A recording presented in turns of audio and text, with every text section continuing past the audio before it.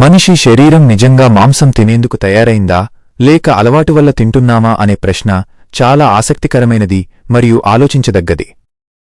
దీనికి సమాధానం కేవలం అవును లేదా కాదు అని చెప్పలేము. ఎందుకంటే ఆహారమనేది కేవలం రుచికి సంబంధించిన విషయం కాదు, ఇది మన శరీర నిర్మాణానికి మరియు జీవక్రియకు సంబంధించిన శాస్త్రం. మనం సాంస్కృతికంగా లేదా కుటుంబ అలవాట్ల ప్రకారం ఒక రకమైన ఆహార విధానానికి అలవాటుపడి ఉండవచ్చు. కాని జీవశాస్త్రం మరియు ఆయుర్వేదం అనేవి భావోద్వేగాలను పక్కనపెట్టి శరీరాన్ని ఒక యంత్రంలా చూస్తాయి. ఈ యంత్రం యొక్క డిజైన్ ఎలా ఉంది, దీనికి ఏ ఇంధనం వేస్తే ఇది సమర్థవంతంగా పనిచేస్తుంది అనే కోణంలోనే ఇవి విశ్లేషిస్తాయి. ఈ రోజు మనం ఎలాంటి పక్షపాతం లేకుండా కేవలం వాస్తవాలను మరియు తర్కాన్ని ఆధారం చేసుకుని మాంసాహారం మనిషికి ఎంతవరకు సహజం అనే విషయాన్ని లోతుగా పరిశీలిద్దాం. ముందుగా మనం అర్థం చేసుకోవాల్సింది మనుగడ ఆహారానికి మరియు సహజ ఆహారానికి ఉన్న తేడాను. మనిషి అద్భుతమైన జీవి. ఎలాంటి పరిస్థితుల్లోనైనా బ్రతకగల సామర్థ్యం మనిషికి ఉంది. మనిషి కటిక పేదరికంలో కేవలం గంజి తాగి బ్రతకగలడు, లేదా అడవిలో దొరికే దుంపలు తిని బ్రతకగలడు, లేదా మాంసం తిని కూడా బ్రతకగలడు. కాని బ్రతకడం వేరు, ఆరోగ్యంగా వికసించడం వేరు. ఒక కారు కిరోసిన్తో కూడా నడవచ్చు, కాని దాని ఇంజిన్ పెట్రోల్ కోసం డిజైన్ చేయబడి ఉంటే కిరోసిన్ పోస్తే అది నడుస్తుంది కాని త్వరగా పాడవుతుంది. అలాగే మన శరీరం దేనికోసం డిజైన్ చేయబడింది అని తెలుసుకోవడానికి సైన్స్ మన దంతాలను మరియు జీర్ణ వ్యవస్థను ఇతర జంతువులతో పోల్చి చూస్తుంది. శాస్త్రీయంగా చూస్తే ప్రకృతిలో జంతువులు 3 రకాలు. శాకాహారులు అంటే ఆవులు మేకలు వంటివి. మాంసాహారులు అంటే పులి సింహం వంటివి. ఉభయహారులు అంటే ఎలుగుబంటి వంటివి. ఇవి రెండూ తింటాయి. ఇప్పుడు మనిషి శరీరాకృతిని వీటితో పోల్చి చూద్దాం. మాంసాహార జంతువులకు చాలా పదునైన మరియు పొడవైన కోరపళ్ళు ఉంటాయి. వీటి ఉద్దేశం చర్మాన్ని చీల్చడం మరియు మాంసాన్ని ముక్కలు చేయడం. మనిషికి కూడా కోరపళ్ళు ఉంటాయి, కాని అవి పులికి ఉన్నంత పెద్దవిగా ఉండవు.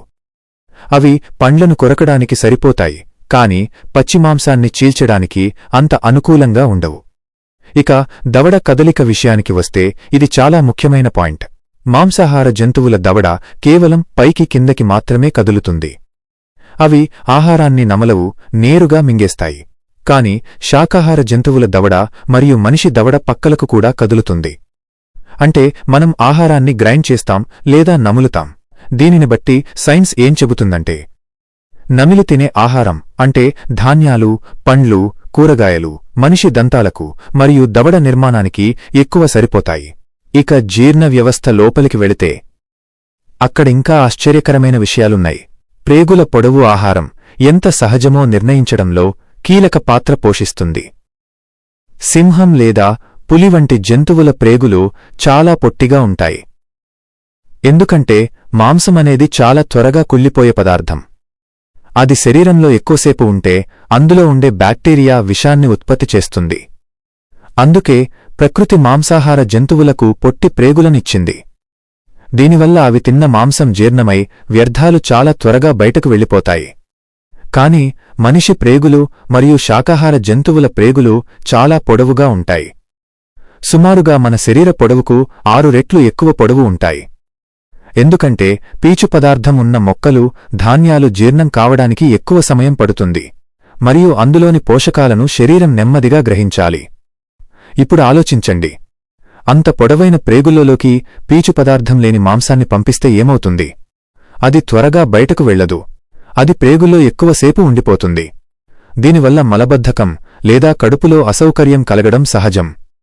సైన్స్ ప్రకారం మాంసాహారం మన జీర్ణ వ్యవస్థలో ప్రయాణించడానికి పట్టే సమయం శాకాహారం కంటే చాలా ఎక్కువ. దీనివల్ల జీర్ణ వ్యవస్థపై భారం పడుతుంది. మరొక ముఖ్యమైన శాస్త్రీయ అంశం కడుపులో ఉండే ఆమ్లాలు అంటే యాసిడ్స్.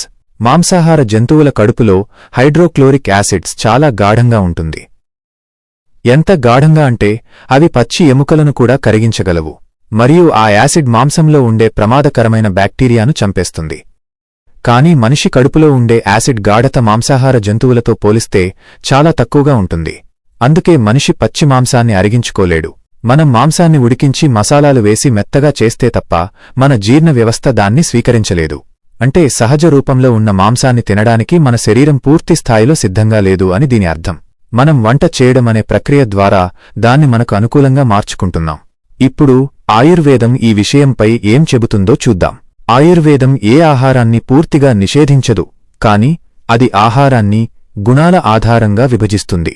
ఆయుర్వేదం ప్రకారం ఆహారం రెండు రకాలు: గురు ఆహారం మరియు లఘు ఆహారం. లఘు అంటే తేలికగా జీర్ణమయ్యేది, గురు అంటే జీర్ణం కావడానికి ఎక్కువ శక్తి అవసరమయ్యేది. మాంసాహారాన్ని ఆయుర్వేదం గురు పదార్థంగా పరిగణిస్తుంది. అంటే ఇది అరగడానికి మన శరీరంలోని జఠరాగ్ని చాలా బలంగా ఉండాలి. ఆయుర్వేదం మనిషిని కేవలం మాంసపు ముద్దగా చూడదు, మనలోని దోషాలను అంటే వాతపిత్త కఫదోషాలను పరిగణనలోకి తీసుకుంటుంది. మాంసం అనేది సాధారణంగా శరీర బరువును పెంచేది మరియు బలాన్ని ఇచ్చేదిగా ఆయుర్వేదం చెబుతుంది. అందుకే కృశించిపోయినవారికి లేదా తీవ్రమైన శారీరక శ్రమ చేసేవారికి ఔషధంగా మాంసరసాన్ని ఆయుర్వేదంలో సూచిస్తారు. కాని ఇది అందరికీ రోజువారీ ఆహారంగా సిఫార్సు చేయబడలేదు. ఆయుర్వేదంలో ఆహారం మన మనసుపై కూడా ప్రభావం చూపుతుందని నమ్ముతారు. సాత్విక, రాజసిక మరియు తామసిక ఆహారాలుగా విభజించారు. పండ్లు, కూరగాయలు, పాలు, ధాన్యాలు సాత్విక ఆహారాలు. ఇవి మనసుకు ప్రశాంతతను మరియు స్పష్టతను ఇస్తాయి.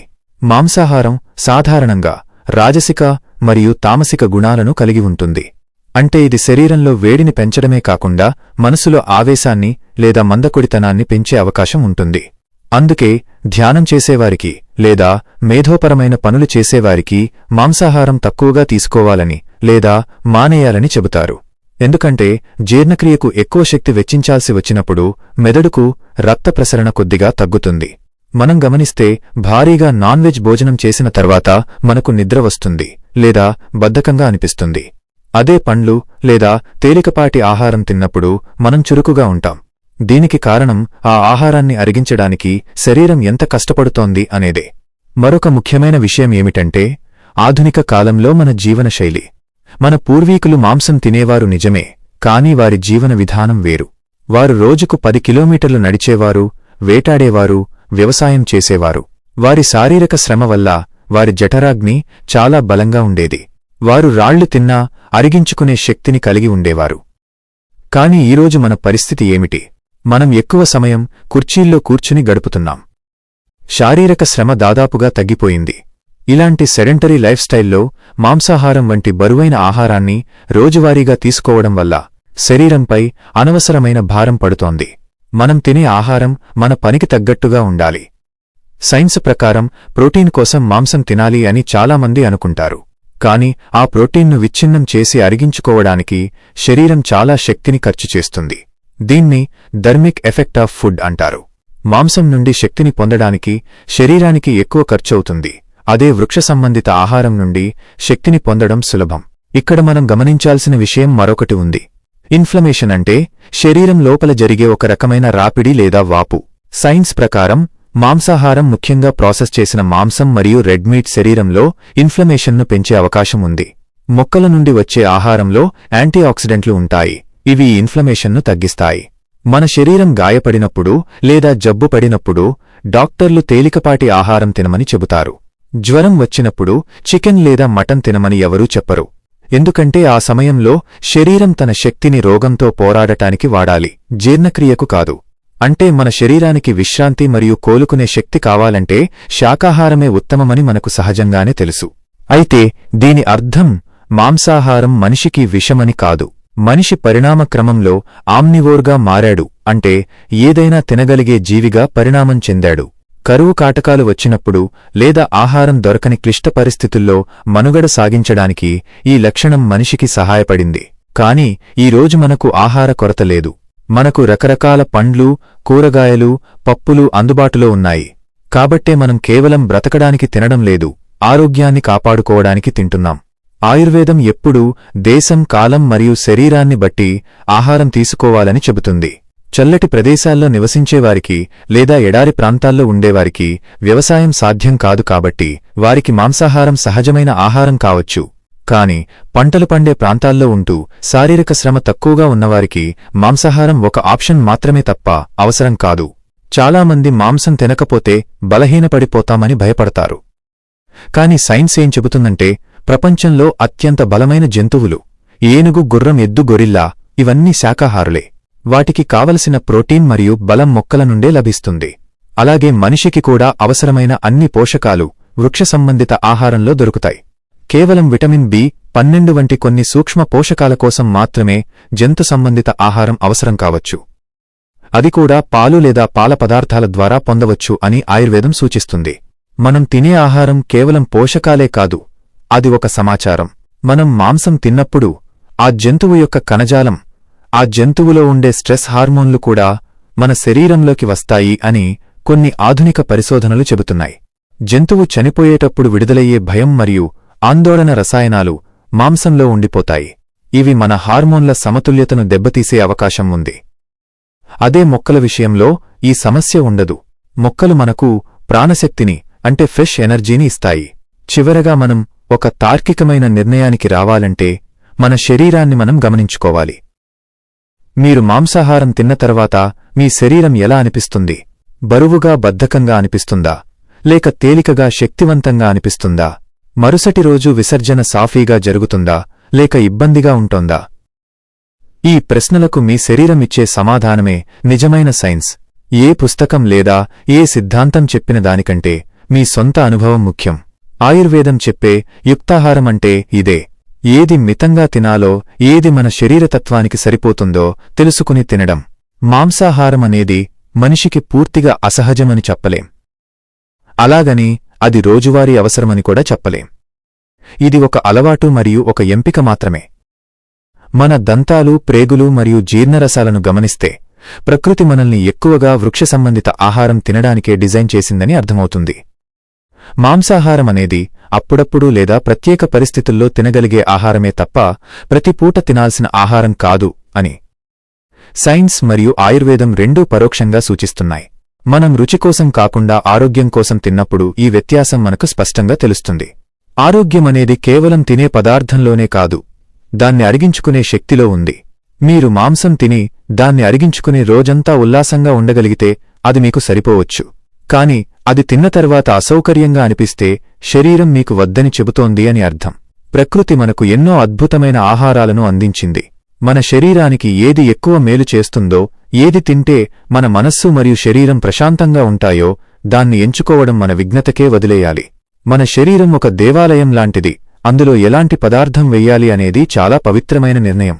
ఆ నిర్ణయం భయం వల్ల కాకుండా అవగాహనతో తీసుకోవడం ముఖ్యం. నా శరీరానికి ఏది సరిపోతుందో తెలుసుకుని తినడం మాత్రమే నిజమైన ఆరోగ్యం.